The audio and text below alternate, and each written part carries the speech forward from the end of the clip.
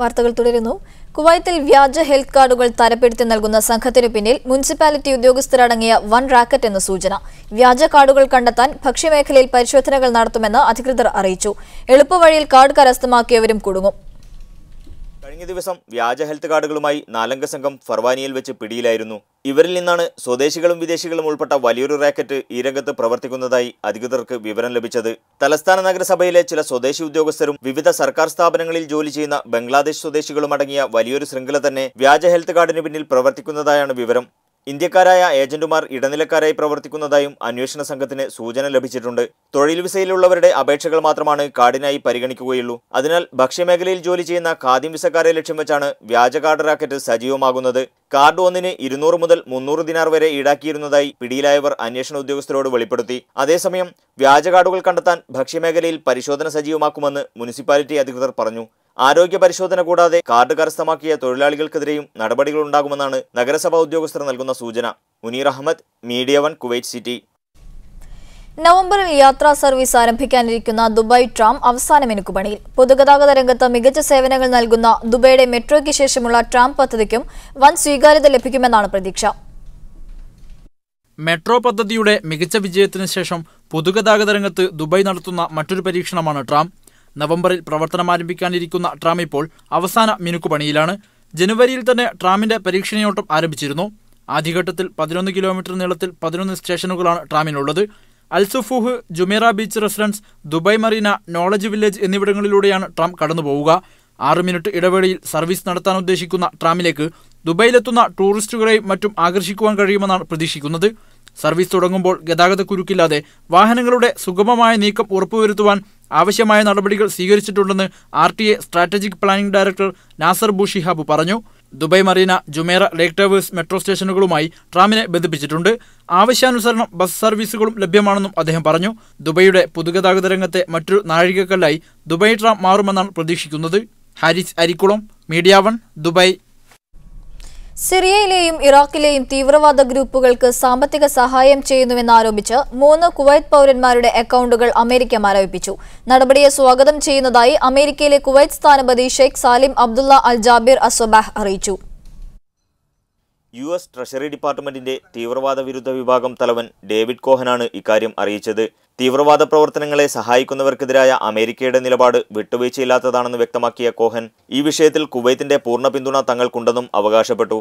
സിറിയയിലെ അൽ നുസ്ര ഗ്രൂപ്പിനു വേണ്ടി ഫണ്ട് ശേഖരിച്ചതിന് ഷാഫി സുൽത്താൻ മുഹമ്മദ് അൽ അജ്മി, ഹജ്ജാജ് ഫഹദ് മുഹമ്മദ് ഷബീ അൽ അജ്മി, ഇറാഖിലെ ISISനെ സാമ്പത്തികമായി സഹായിച്ചതിന് അബ്ദുറഹ്മാൻ ഖല്ലാഫ്, ഉബൈദ് അൽ ഇൻസി എന്നിവർക്കെതിരെയാണ് നടപടിയുണ്ടായിരിക്കുന്നത്. മൂവരുടെയും അമേരിക്കയിലുള്ള അക്കൗണ്ടുകൾ മരവിപ്പിച്ചതിനു പുറമെ ഇവരുമായുള്ള സാമ്പത്തിക ഇടപാടുകൾക്ക് പൂർണ്ണമായ വിലക്കേർപ്പെടുത്തുകയും ചെയ്തിട്ടുണ്ട്. അമേരിക്കയുടെ വിലക്കിനെ തുടർന്ന് ഇവരുടെ ട്വിറ്റർ അക്കൗണ്ടുകൾ കുവൈറ്റ് സർക്കാർ മരവിപ്പിച്ചു. ട്വിറ്ററിലൂടെയാണ് ഇവർ ഫണ്ട് ശേഖരണത്തിന് ആഹ്വാനം നൽകിയിരുന്നതെന്നാണ് അമേരിക്കൻ ആരോപണം. നേരത്തെ കുവൈറ്റ് നീതിന്യായ വകുപ്പ് മന്ത്രി നായിഫ് അൽ അജ്മിക്കെതിരെയും അമേരിക്ക സമാനമായ ആരോപണം ഉന്നയിച്ചിരുന്നു. ആരോപണം നിഷേധിച്ച അൽ അജ്മി സർക്കാരിന്റെ ഭാഗത്തു നിന്ന് പിന്തുണ ലഭിക്കാത്തതിനെ തുടർന്നാണ് സ്ഥാനമൊഴിഞ്ഞത്.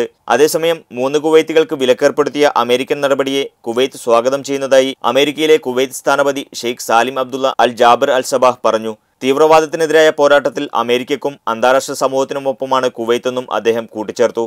Media 1, Kuwait city. ഗസ വിഷയത്തിൽ ഖത്തർ നിർണായക പങ്കാണ് വഹിച്ചതെന്ന് ഖത്തറിലെ ഫലസ്തീൻ സ്ഥാനപതി മുനീർ അൽ ഗാനിം വ്യക്തമാക്കി. ഇസ്രായേൽ ആക്രമണം അവസാനിപ്പിക്കാനുള്ള നയതന്ത്ര ശ്രമങ്ങൾക്ക് മുന്നിട്ടിറങ്ങിയ ഖത്തർ അമീർ Sheikh Tamim bin Hamad Al സാനിയുടെ നീക്കങ്ങൾ പ്രശംസനീയമാണെന്നും അദ്ദേഹം പറഞ്ഞു. ഈജിപ്ത് പ്രസിഡന്റ് അബ്ദുൽ ഫത്തഹ് അൽ സിസി ഞായറാഴ്ച സൗദി സന്ദർശിക്കുമെന്ന് ഔദ്യോഗിക വൃത്തങ്ങൾ അറിയിച്ചു. സൗദി ഭരണാധികാരി അബ്ദുള്ള രാജാവുമായും സൗദിയിലെ ഇതര നേതാക്കളുമായും സിസി കൂടിക്കാഴ്ച നടത്തും. ഇസ്രായേൽ ഫലസ്തീൻ സംഘർഷം നിർണായക ഘട്ടത്തിലെത്തി നിൽക്കുന്ന സാഹചര്യത്തിൽ സമാധാന ശ്രമങ്ങൾക്ക് മധ്യസ്ഥം വഹിക്കുന്നതിനിടെയാണ് ഈജിപ്ത് പ്രസിഡന്റ് ഔദ്യോഗിക സന്ദർശനത്തിന് സൗദിയിലെത്തുന്നത്.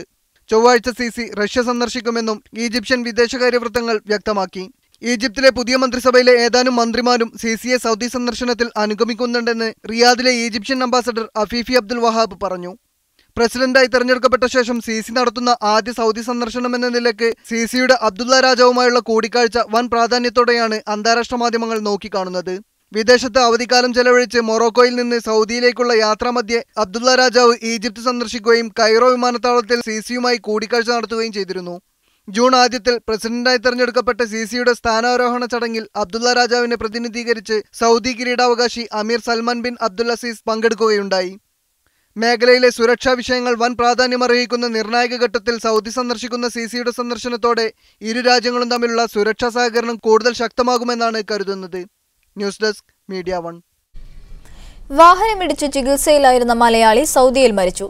കമ്മീസ് മുഷീദ് മിലിറ്ററി ആശുപത്രിയിൽ ചികിത്സയിലായിരുന്ന കോട്ടയം പുതുപ്പള്ളി സ്വദേശി തോമസ് മാത്യു ആണ് പുലർച്ചെ മരിച്ചത്. മിലിറ്ററി ആശുപത്രിയിൽ ജോലി ചെയ്യുന്ന ഭാര്യയെ കൂട്ടിക്കൊണ്ടുവരാൻ പോകുമ്പോൾ റോഡ് മുറിച്ച് കടക്കവെ വാഹനമിടിച്ചാണ് അപകടമുണ്ടായത്. 5 മാസം മുൻപാണ് തോമസ് മാത്യു സൗദിയിലെത്തിയത്. സൗദിയിലെ അൽ ഹസ്സയിൽ നിന്ന് 20 ദിവസങ്ങൾക്ക് മുൻപ് കാണാതായ മലയാളിയെക്കുറിച്ച് ഇതുവരെയും വിവരമില്ല. വർക്കല സ്വദേശി ബഷീർ സഹലിനെയാണ് ഉംറ നിർവഹിച്ച് മടങ്ങുന്ന വഴിയിൽ കാണാതായത്. ബുറൈദയ്ക്ക് സമീപം ബസ്സിൽ നിന്ന് പുറത്തിറങ്ങിയ ഇയാളെക്കുറിച്ച് പിന്നീട് വിവരങ്ങൾ ലഭിച്ചിട്ടില്ല. യാത്രക്കിടയിൽ ഇയാൾ മാനസികാസ്വാസ്ഥ്യങ്ങൾ പ്രകടിപ്പിച്ചിരുന്നതായി സഹയാത്രക്കാർ പറഞ്ഞു. ഇയാളെ കണ്ടെത്താൻ സഹായിക്കണമെന്നാവശ്യപ്പെട്ട് കുടുംബം എംബസിയിൽ പരാതി നൽകി. കമ്പനിയുടെ പ്രവർത്തനം താളം തെറ്റിയതോടെ ജോലിയും ശമ്പളവുമില്ലാതെ ദുരിതത്തിലായ സൗദിയിലെ 1000-ഓളം വരുന്ന തൊഴിലാളികൾക്ക് KMCC പ്രവർത്തകർ ഭക്ഷണം നൽകും. ദമാമിലെ ഒരു ക്യാമ്പിൽ ബുദ്ധിമുട്ട് നേരിടുന്ന തൊഴിലാളികളെക്കുറിച്ച് മീഡിയ 1 വാർത്ത നൽകിയിരുന്നു. വാർത്ത ശ്രദ്ധയിൽപ്പെട്ട ദമാം KMCC മലപ്പുറം ജില്ലാ കമ്മിറ്റി പ്രവർത്തകരാണ് സഹായവുമായി രംഗത്ത് വന്നത്. ഒരാൾക്ക് 5 കിലോ അരിയും മറ്റ് അവശ്യ വസ്തുക്കളും ഞായറാഴ്ച ക്യാമ്പിൽ എത്തിക്കുമെന്ന് പ്രസിഡന്റ് കബീർ കൊണ്ടോട്ടെ അറിയിച്ചു. ന്യൂസ് 1 മിഡിൽ ഈസ്റ്റ് പൂർണ്ണമാകുന്നു. Good night.